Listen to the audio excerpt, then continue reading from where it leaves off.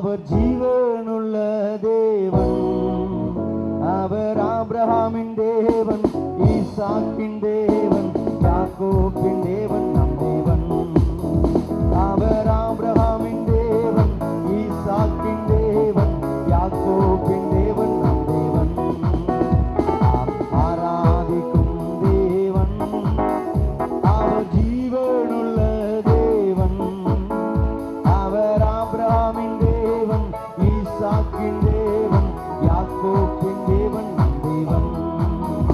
அவர் ஆபிரகாமின் தேவன், ஈசாக்கின் தேவன், யாக்கோபின் தேவன், நம் தேவன். நம்ம ஊழியத்தில் இருக்கிறோம், ஊழியத்தை செய்ய போகிறோம். நம்ம எதை செய்தாலும், எந்த ஊழியம் செய்தாலும் அந்த ஊழியத்தில் கர்த்தருடைய நாமம் உயர்த்தப்படணும். ஆமென். நம்ம ரெண்டு பேருக்கு சில நேரத்தில் சிலருக்கு தனித்தாள் ஊழியம், பர்சனல் எவாஞ்சலிசம் என்ற ஒரு விஷன் இருக்கும்.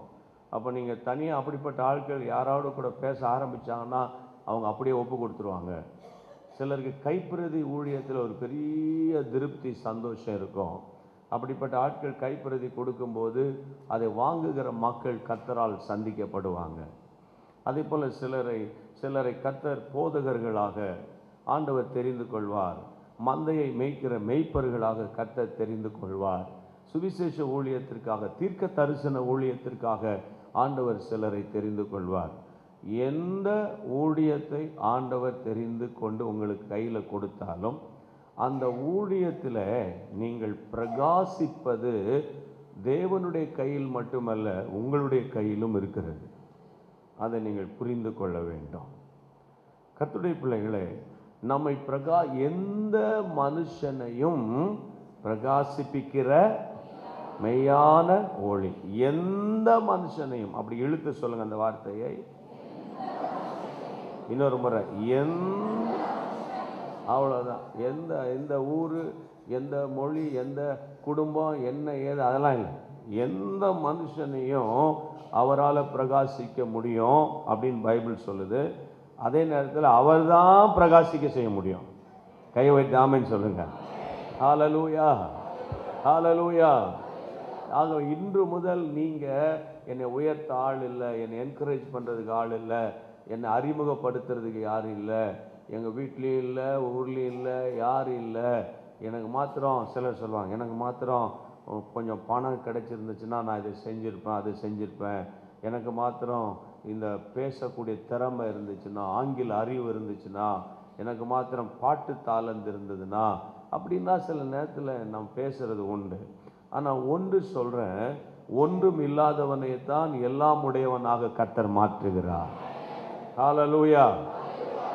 அதனால நீங்கள் உங்கள் கையில் இல்லாததை பற்றி பேசாதீங்க, உங்களுக்குள்ள இருக்கிறத பற்றி பேசுங்க, இருக்கிறத பற்றி பேசுங்க. அப்போ இன்றைக்கு இந்த வசனத்திலிருந்து நாம் ஒரு பாடத்தை கற்றுக்கொள்ள போகிறோம். வேதம் சொல்லுகிறது, நான் வாசித்த 16 நாட்கள் பொல்லாதவைகளானபடியினாலே காலத்தை பிரயோஜனப்படுத்திக் கொள்ளுங்கள். அடுத்த வசனத்தில், ஆகையால் மதியற்றவளாய் இராமல் கர்த்தருடைய சித்தம், அதான் ரொம்ப முக்கியம். சிஸ்டர்ஸ், பிரதர்ஸ், ஆண்டவருடைய சித்தத்தை நீங்கள் கண்டுபிடிச்சி அந்த சித்தத்தின் முனையில் நீங்கள் நின்றுட்டீங்கன்னா ஆண்டவர் உங்களை நடத்துவது லேசான காரியம். கையை வைத்து ஆண்டவர் மையப்படுத்துங்க. ஹல்லேலூயா. ஆபிரகாம் விசுவாசித்தார், நீதிமானின் ஆசைகள் பெற்றார். ஆபிரகாம் விசுவாசித்தார், நீதிமானின் ஆசைகள் பெற்றார். விசுவாச மக்களாலே ஆபிரகாமின் பிள்ளைகளை ஆசைகளை சுதந்தரிப்போம்.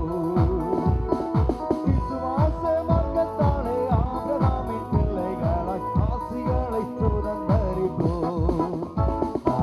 ஆராதிக்கும் தேவன், அவர் ஜீவனுள்ள தேவன், அவர் ஆபிரகாமின் தேவன், ஈசாக்கின் தேவன், யாக்கோபின் தேவன், நம் தேவன்.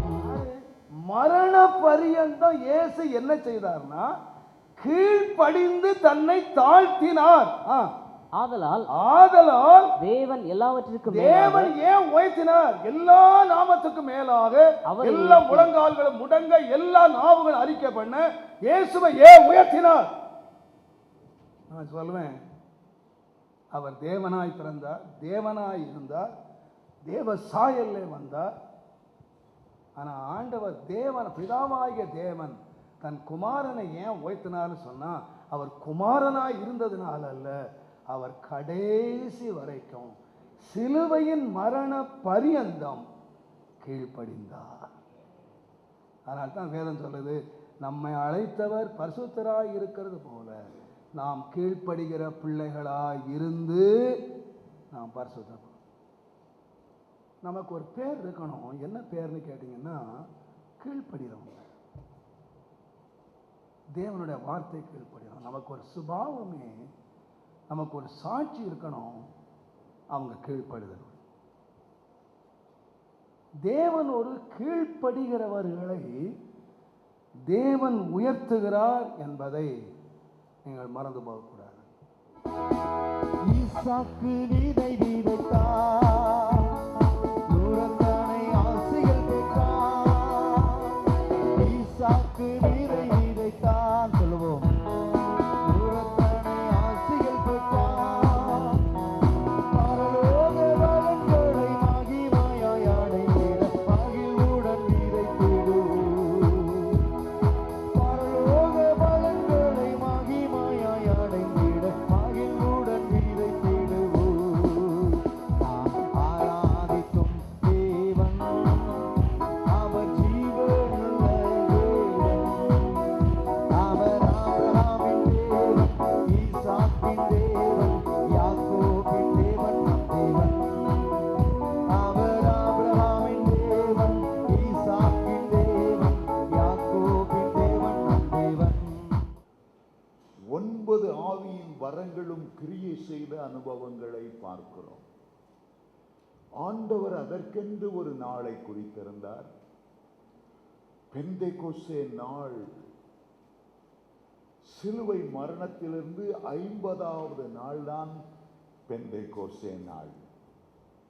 பழைய ஏற்பாட்டிலே பஸ்கா ஆட்டுக்குட்டி அடிக்கப்பட்டு எகிப்திலிருந்து இஸ்ரவேல் ஜனங்கள் விடுதலையான நாளிலிருந்து 50வது நாள் பெந்தெகோஸ்தே நாள் என்ற நாள். அன்றைக்குத்தான் இஸ்ரவேல் ஜனங்கள் பிரயாணப்பட்டு சீனாய் மலைக்கு அடிவாரத்துக்கு வந்து சேர்ந்த நாள். பழைய ஏற்பாட்டும் புதிய ஏற்பாட்டிலும் இணைந்திருக்கிற ஒரு நாள் இந்த பெந்தெகோஸ்தே நாள். இந்த பெந்தெகோஸ்தே நாளுக்கு முன்பாக 40வது நாளிலிருந்து 50வது நாள் வரையிலும் சிலுவையில இயேசு அடிக்கப்பட்டு 40வது நாள் பரமேறி சென்றார். அவர் பரமேறி சென்ற நாளிலிருந்து இன்னும் 10 நாட்கள் சீஷர்கள் எல்லாரும், அதோடு கூட தேவனால் தெரிந்து கொள்ளப்பட்டவர்கள் 120 பேர். 12 சீஷர்களை முதல்ல தெரிந்தெடுத்தார். அவர்கள் 70 பேராய் மாறினார்கள். 2 பேராய் ஒவ்வொரு வீடுகளுக்கும் ஆண்டவர் அனுப்பினார். இப்பொழுது அந்த எண்ணிக்கை 120ஆக உயர்ந்திருக்கிறது. இந்த 120 பேரும் ஒரு மேல் வீட்டு அறைக்கு போய் 10 நாட்கள் உபவாசத்திலும் ஜெபத்திலும் இருந்து ஆண்டவர் கொடுக்க விரும்புகிற ஆவியின் வரத்தை பெற்றுக்கொள்ள வேண்டும் என்ற ஆவலோடு அங்கே காத்திருந்து ஜெபித்துக் கொண்டிருந்தார்கள். 10 நாட்கள் உபவாசத்திலும் ஜெபத்திலும் உறுதியாய் தரித்திருந்தார்கள். காரணம் என்ன? ஆண்டவர் ஒரு வாக்கு பண்ணி இருந்தார். இயேசு கிறிஸ்து ஒரு வாக்கு பண்ணி இருந்தார். லூக்கா 24ஆம் அதிகாரம் 49ஆம் வசனத்தில், பிதா வாக்குத்தத்தம் பண்ணினதை நான் உங்களுக்கு அனுப்புகிறேன்.